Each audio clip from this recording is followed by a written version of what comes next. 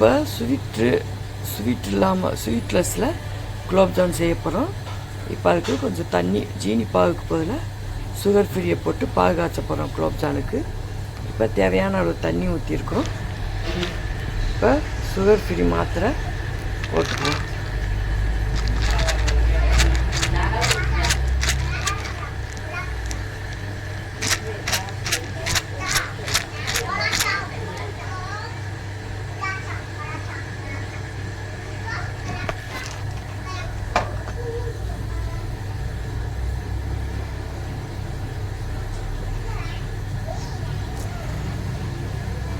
மாத்திரை போட்டிருக்கோம்,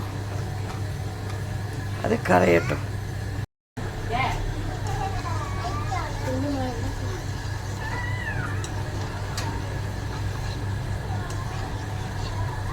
இப்போ மாத்திரை கரைஞ்சிருச்சு,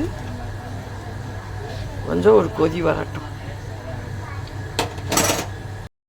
குலோப்ஜாமுக்கு மாவு பிணைஞ்சு ஒரு 5 நிமிஷம் ஊறட்டும்.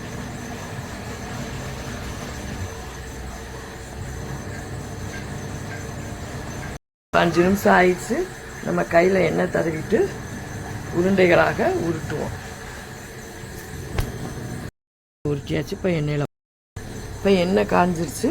இப்போ குலோப்ஜாமை போட்டு எடுக்கணும்.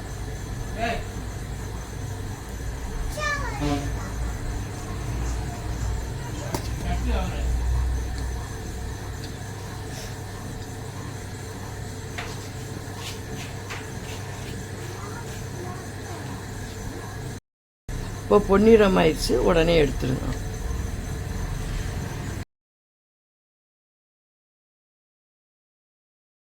இப்போ சுகர் ஃப்ரீ சிறப்பு நல்லா கொதிச்சிருச்சு.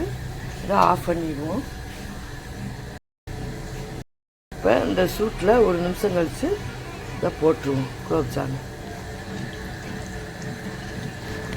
சிறப்பில் குலோப்ஜாம்லாம் போட்டாச்சு.